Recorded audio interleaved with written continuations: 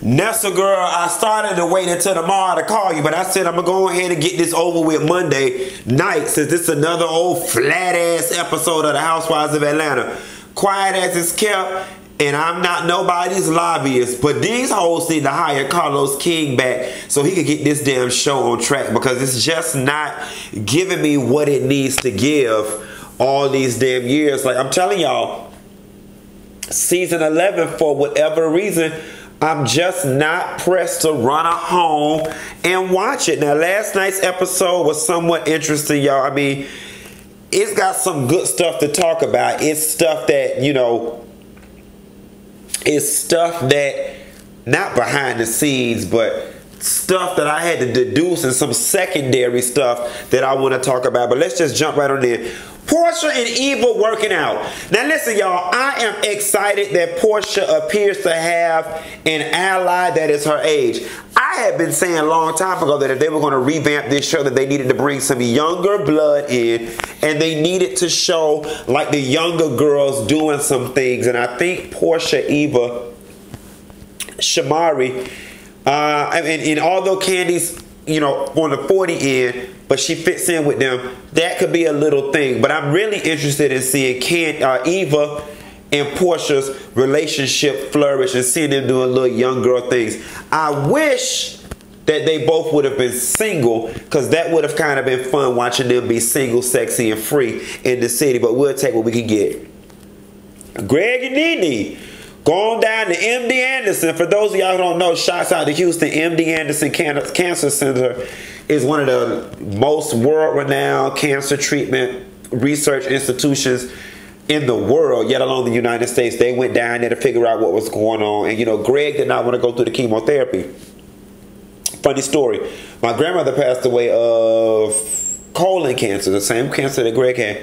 She did chemo the first time, and the second time around when her cancer returned, she opted not to do chemo because the chemo made her very sick. My mom had lymphoma and then subsequently passed of cervical or ovarian, one of the two, cervical I believe. And she did chemo, and she did it multiple times, and she kept doing it until you know, the body was just non-responsive, and she ultimately succumbed to her cancer. However, much to Gregg's point, chemotherapy really does make a lot of people very, very, very, very, very, very sick. You know, my mom was very nauseous, but what's funny about it is, I didn't even know you had the option to, like, well, I guess if my grandma opted not to do it the second time, that you could opt out. For me, it would just seem that, and it's a personal decision, I would have did the chemo. Like, I know that they said that they eradicated all the cancer, but just to be sure, me personally, I would have wanted to do a couple of rounds of the chemo to get them little microscopic particles out. But I'm sure NeNe and Gregg made a very educated decision. I support them in the decision, and I'm just glad that Gregg is getting better. But it just threw me that they were all worked up and scared because he had gotten cancer, and then they cleared it, and they recommend just a couple rounds of chemo, that after being as scared as they were, that he will opt to not do the chemo. And I get it, nobody wants to be sick, and that chemo will have you sick like a damn dog, from what I understand. Shamari pulls up to Kandi's studio, and they sit down and talk. Now let me tell y'all something. The remainder of this video is just going to be one big read session on Shamari DeVoe and Ronnie DeVoe. So here's the first thing, right? I was really unsure about Shamari when I heard that she was going to be an addition to the show. Now, I knew at one point in time R&B Divas was looking at Shamari DeVoe and Ronald. And let's face it, Shamari got slated to do Real Housewives of Atlanta because of the fame that comes along with Ronald DeVoe's name. You know, I mean, God, I hate to be this person at 8:25 at night. But let's not pretend like Blaque just did all that and then some. If you know how they do those compilation CDs and they be like one-hit wonders that you never heard again? Like, Blaque would be on that CD, they would just have 2 songs on it, okay? Oh Baby Bring It On to Me and Boom Like an 808. Beyond that, no one cares about any other music that they had. Did them hoes even have more than one album? I'm not sure. In addition to, much like Xscape, much like En Vogue, the shit don't work without Latina Reed. It just like TLC, it don't work. The magic was in the three of y'all. Then y'all had the nerve to get y'all old frowsy asses up there at ATL Live on the Park, much like Cynthia said. The outfits was dated, the hair and makeup was dated, and the damn vocals was dated. In addition, let's talk about New Edition.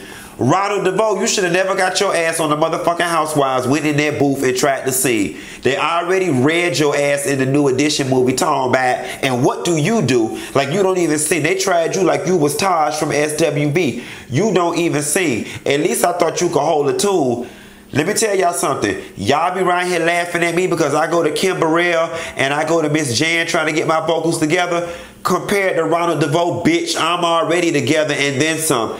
That nigga was cast in that group to look cute because that little yang yang yang he did in the studio with them vocals, that was not the T. Bobby Brown with the scrote out mouth and the two-step can sing better than that, and he only got a half a face. That work. I'm not understanding. And Shamari DeVoe, I ain't gonna give you too much, but you didn't give me too much either. Them vocals was giving me real Latavia Robinson, R&B Divas reunion, Whitney Williams. Is you finally gonna sing?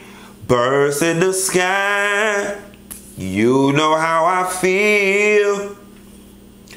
Then Latavia had a nerve to turn her head like she motherfucking turned it. Birds in the sky, you know how I feel. Okay? She didn't turn it, and neither did you, Shamari DeVoe. And lastly, y'all got y'all grown asses at ATL Live on the Park singing that childish ass song. I am sorry. Although that song was like one of the anthems of the summer of my teenage years, there was just something a little off kilter about y'all on stage in them booty shorts singing that old childish ass song. Like it was just that's just kind of like Raven Simone getting on stage singing That's What Little Girls Are Made Of. That's what little girls are made of. That's what little girls are made of. Shouts out to Missy who wrote that. Nevertheless, like, who was it that came back together first? I think Xscape is who set off this big let's come back situation, but I'm going to tell you who it don't work for, and I don't mean to be shady. Me personally, I have zero interest in seeing 702. I have zero interest in seeing Blaque. I have zero interest in seeing High Five. Soul For Real had did a YouTube video and they looked a soul for mess. It's just some of y'all hoes that don't need to reconnect. These is the hoes that need to reconnect. The First Floetry need to reconnect. Janae need to reconnect. Changing Faces need to reconnect. Jade needs to reconnect. Blaque, 702, High Five, Soul For Real, go sit y'all goddamn ass down, cause you won't get a ticket sale with my goddamn money. Not today, bitch. Not today. They get down to the damn ATL Live on the Park, and you know, when Shamari came off stage and came to the table, NeNe was pleasant at the table or whatever. What I did not like, though, is when they fast forward to NeNe's confessional and she was just real dry. She's like, you know, Shamari, hi. Why are people like that? Like, I understand that we all have to warm up and get to know people, but that's the same shit NeNe pulled with Kandi. Being apprehensive, being whatever. And I'm sorry, I know NeNe got a new nose. She got new teeth. She got new bunions. She got new clothes. She bought a new stomach and new titties. She got a new house. She got new everything. She just threw it in the bag. But you still that same old hoe. And it's like, NeNe girl, like, yeah, okay, you 50. And you've been fabulous for the last, let's say, 8 years, bitch. But you got 42 other years, like Sheree said, when your mouth was rotten and your cars was getting repossessed out of the goddamn Home Depot. And no, I'm not trying to judge you for who you used to be or where you was, because you don't stay there no more. But the moral of the story is, you've got more experience being the regular bitch or the bitch that was trying to get in the friend circle than you do being the president of the friend circle. And with that being said, it would seem to me that you would be a little more understanding, compassionate, and warm and accepting and welcoming when you meet new girls. That's just me. Don't ever forget where the fuck you came from. Athens. Okay? Athens. Maybe if you took a couple looks at your pictures, NeNe, or your first nose, it'll humble your ass. You and your bridesmaids.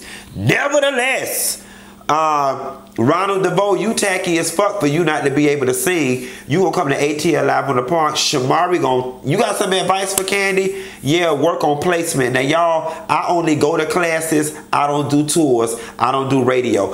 I don't know what he meant by placement. Like, somebody dropped that in the comments. Did he mean like the placement of the songs in the show? Like, was he trying to say like maybe they put too many fast songs in the beginning and is that what he meant? But I'm like Kandi when she fast forwarded to her damn confessional. And I did an Instagram video about this the other day. Motherfuckers want to always give you advice, but bitch, if you had it going on like you said you would, then bitch, you wouldn't have been opening for me. You would have been headlining.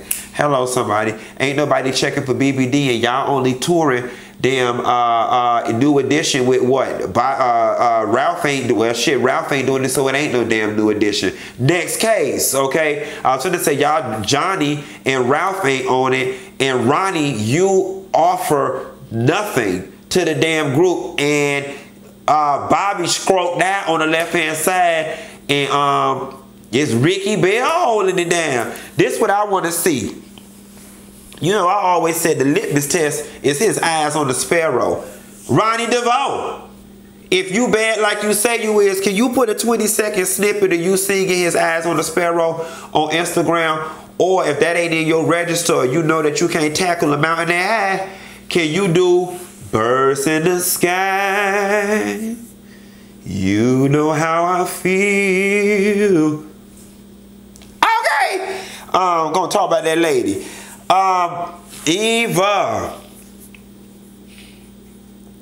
Oh, Eva. So here's the thing, right? Eva made the comment. She's black, but Shamia is black, not with a Q, but with a K or with a C.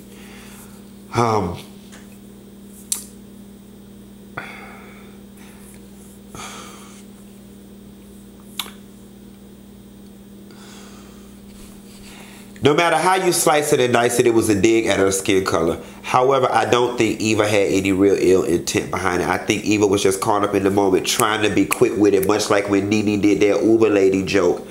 And you just said the wrong thing. I'm hoping. But it's like, Eva, you getting comfortable and you starting to smell yourself, and that bitchy ass attitude of yours that I didn't like from way back when. And when you was on that other show you had in California, it's starting to come out, the real Eva the Diva, and I just don't want that ugly monster to rear its ugly head, because thus far I've been liking you, Eva. Kandi, I ain't never had to give it to you before the way I'm finna give it to your ass now, but you one messy ass bitch. You is messy as fuck for what you did in that OLG. You, Karma, and them flies that was in OLG on Camp Creek. That's a girl, don't eat down the OLG at Camp Creek. The people say she got flies. No, to Kandi credit, the place wasn't open yet. They was doing construction, but there was a fly on Karma's shoulder. But maybe that's because both of y'all was in there talking all that shit. Now, here's the thing that get me with y'all. In real life, Kandi was not being messy because she was having private conversation with her best friend. But in reality TV, real life, bitch, it's a whole camera right there. And y'all 11 seasons in, you already know how this conversation is going to play out in the Twitter, in the blogosphere, when it's all said and done, and when this girl see this. And I just don't understand how y'all just sat there and just went in. And Jamie, here's the thing. I understand that Porsha ran you down and beat your ass in the alley back there behind the white shop on Auburn Avenue, and it was wet and it was raining. And the people said when you got up, you had motor oil and oil change residue all down to your Christmas costume. And I understand you mad. But just what happened to Cole, which was you know, on the strength of the friendship that we once had, I'm just not gonna go there. You know what I'm saying? Because you and Porsha was somewhat close. At least that's the way y'all portrayed it. And don't get me wrong, bitch. I'm just as messy as the next bitch. I like a good kiki, and I like doing all the tea and being in everybody's business. Okay, I made a living out of it. But it was just something that just felt real messy based. The way they was just going round, robin, round, robin, round, robin. And the thing that's baffling me, Kandi, you don't have more relationships dissected, resurrected, dissected again, taken apart, scrutinized, and every other nice in Merriam-Webster's dictionary. And it didn't feel good. And the fact that your ass is on camera doing it now, like you think cause you got you a little piece of man and you got you a whole baby that bitch that you better than somebody. You think cause you in the Each One Teach One program that you better than somebody. Like, how do we not forget the way all your men was scrutinized down to the ground like dogs? And now you gonna inflict and implement that same pain on somebody. And it just baffled me because all of y'all hoes between Married to Medicine and the Housewives, y'all always fucking hearing something about somebody, man. And you know, I'm not finna get into it because Kandi is my friend and Todd is my friend. But it's like, if we want to sit here and get into the I heard, I mean, people be saying shit about Todd. Do I believe it? Personally, I don't. Do I put it past them? Personally, I don't. You know what I'm saying? We got to stop with that I heard shit. I heard and he was dating my friend. Let me tell y'all something. Atlanta is only this big. Then when you start talking about people who fit a certain socioeconomic status, it's only this big. Then when you start talking about fits a certain socioeconomic status and they cool and they look good, it's only this big. So yes, everybody from that dating pool has dated everyone else from that dating pool. That's just the way it goes, including your ass, Kandi. You done been around the world, the block, and the country, and okay? Until you found Todd. So I just want people to stop, and maybe I got a wild hair up my ass because of that Married to Medicine shit with all that I heard, or whatever, but it wasn't cool. And bravo, y'all messy as fuck. Because here it is, Porsha sitting there talking to Miss Diane and all that Storm X-Men hair she had wrapped up there. I don't know if that was Go Naked or Get Out. Nevertheless, she had it up there, Nessa girl. And she up there bragging about Dennis and everything Porsha bragging about. Then they flipping the Kandi, Karma, and Jamie, and they tearing it down and dissecting it and scrutinizing it. It was funny as hell. Y'all was some cackling ass heifers. And last but not least, Porsha titties didn't appreciate the conversation either because they was sweating and musty all up on there when she had done dipped back and them titties had done flew up. I was like, girl, get you some Gold Bond. Put you some powder under that girl. Don't get that Johnson & Johnson because they got a class action suit. They say it's giving the kids mesothelioma and every damn thing else. Get you some Gold Bond, bitch. I ain't never heard of nobody having cancer in their feet. And Gold Bond works wonders on my feet because I stay wearing little loafers and like bands with no socks. Honey, and I ain't had no cancer in my feet, all between my butt and in my leg, between my legs and in my butt. I ain't had it there either. I put the Gold Bond there. Don't get that Johnson & Johnson. Nevertheless, y'all, Real Housewives of Atlanta, this episode, much like the first episode, it didn't give much. Welcome, Shamari DeVoe. You know, Shamari, the verdict is still out on you. I don't know if I'm featuring you or not. As of now, I'm leaning more towards not, but we shall see.